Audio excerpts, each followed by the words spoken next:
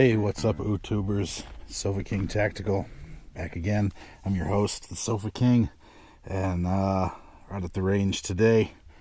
It's beautiful 98 degrees out here on the plains. Luckily the sun's not out, so it really isn't that bad. And like I told you, we got the Optimus Micro out today. Got a couple hosts for it. A Walther P22, an FN57. It won't fit on the Desert Eagle. My PS90 barrel did not come back from Tross like I'd hoped this week, so we don't get to try it out on the PS90. So I'm going to start on the Walther with the TacSol Axiom. It's a great can. I know how it works. I know how it sounds. I got 5 rounds and 2 magazines loaded up of Thunderbolts, Thunder Turds, and we'll see how it goes. Just going to fire it into dirt so we don't listen to the steel ringing over it, and we can just hear how the can sounds. 5 rounds, Thunder Turds, TacSol Axiom.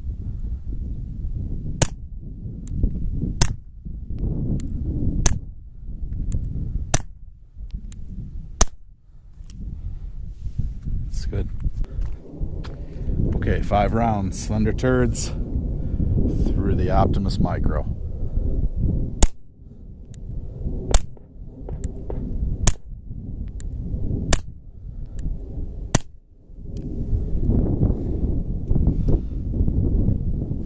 Okay, the Micro is a little louder. It's not uncomfortable or unpleasant, but back to back, it's a slightly louder can, probably due to the inch of length that's lost over the TacSol, over the Axiom. There's a little more blowback too. You get a little more gas. Not that a 22 is a gassy gun, but I can tell there's a little gas and a little debris coming back. So, as far as 22 cans goes on a 22 pistol, I would say the Axiom's a better can, but that doesn't mean that that's a bad can. It's just this does a lot more. It's not so purpose-built. So let me load up some more magazines. We'll get this thing on the 5.7 and see what it sounds like on there.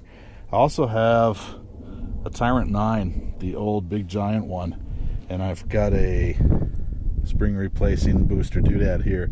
I thought I'd throw that on the 5.7 today too, just for curiosity's sake. So hang on, let me move some cans and load some mags, and we'll get started again. All right, all set. I got the Axiom again, starting out on the 5.7. 5 rounds of factory 197. We'll just put 5 in the dirt.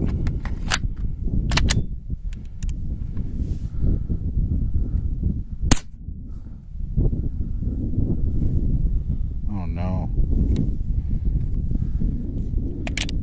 She jammed.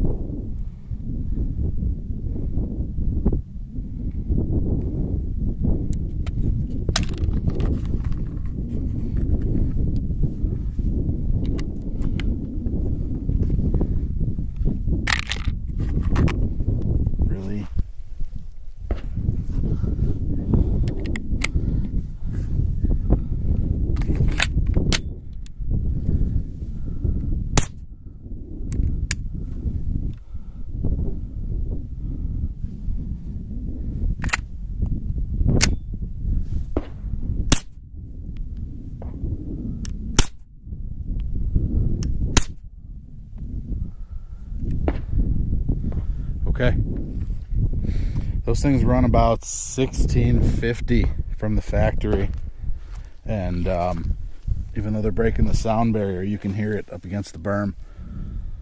The shot's not uncomfortable at all. You can shoot these and have a conversation.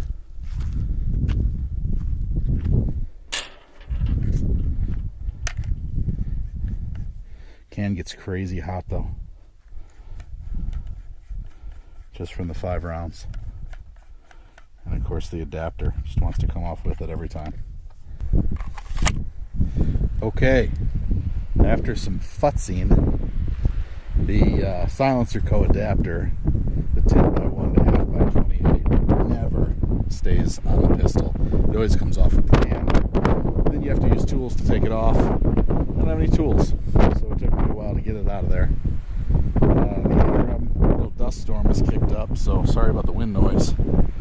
Let's go with 5 shots on the Optimus Micro for the 5.7. It's another thing right there. Why I can never recommend the 5.7 as a self-defense weapon. It never runs cold. It never cycles until you get 2 or 3 rounds through it. Doesn't matter how clean I keep the chamber. It's just not a reliable gun.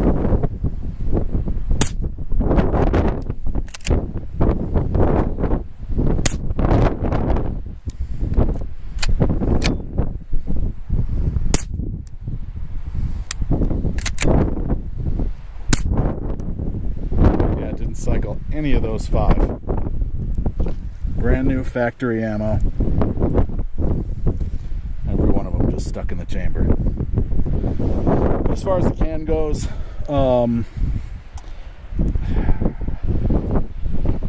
maybe slightly louder.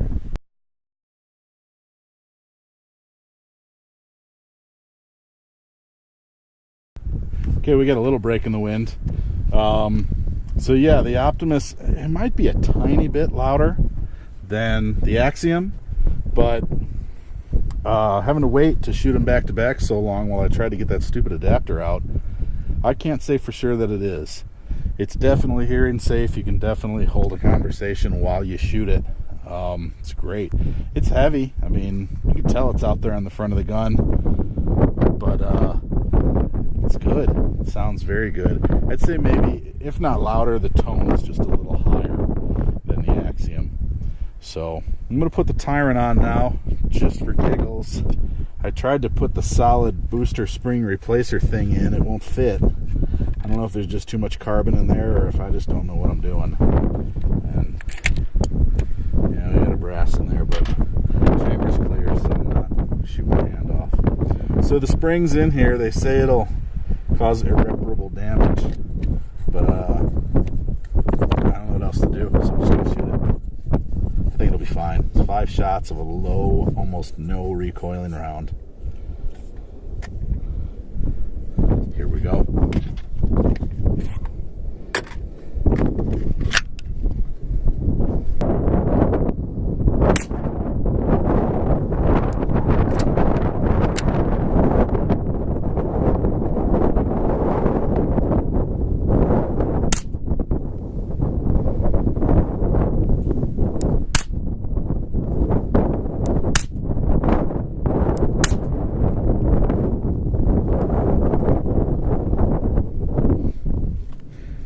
There's a guy on the internet that says a 9mm can won't do shit on a 5.7. And that's a quote. And he's a liar.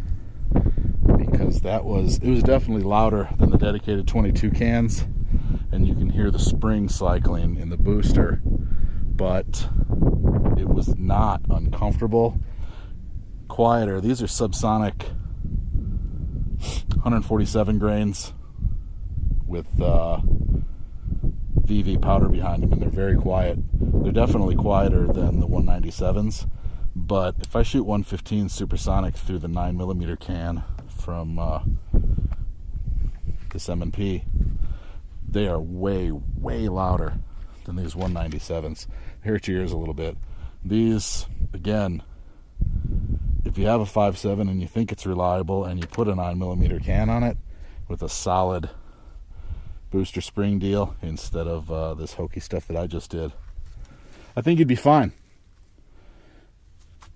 Wasn't that loud at all. So that's it for hosts for this thing in small calibers, small bullets. The only thing I got left, I had a bunch of stuff I was going to bring and it just didn't work out. So the only thing I got left is there's an AR-15 in one of these cases with the Paladin brake. It's got their Paladin brake on it. And then I've got the taper mount adapter. And I'm going to screw all that stuff together and put 5 rounds through that and see what happens. Okay, I'm going to ask Griffin Armament if you ever see this video, or if any of you that are seeing it ever talk to those guys. They need to include something like this that the TacSol comes with. This is to take the can apart. Since the threaded portion is also threaded into the tube, you thread this on and off a few times. This threaded adapter with the taper mount inside gets impossible to remove. You have to use some kind of tool to do it. I think it would be nice if they included, this is just like a little aluminum that works on here.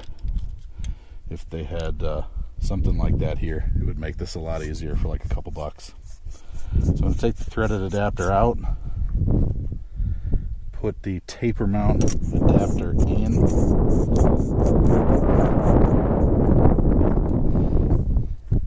Taper mount adapter goes here on the taper mount pallet and brake. And let's see what it sounds like. I don't have any ears in. I hope this doesn't bite me and my ears hurt. The internet says about 135 decibels on a 16-inch barrel. This is an 18-inch barrel, so hopefully it'll be a little quieter. Let's find out.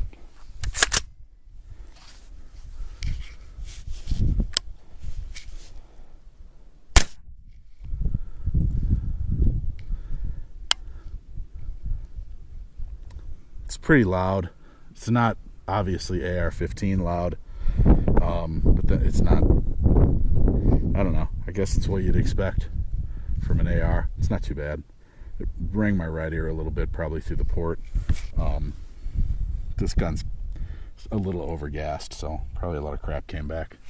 Let's do the other four, see if they're any different.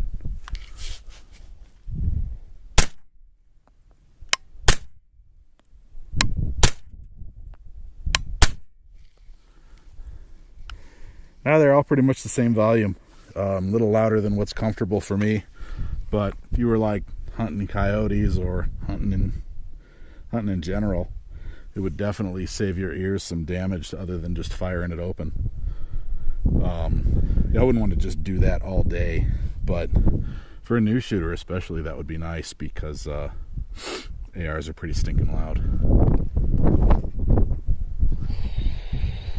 That's hot. That's real hot. That's crazy hot. 5 rounds, and it's crazy hot.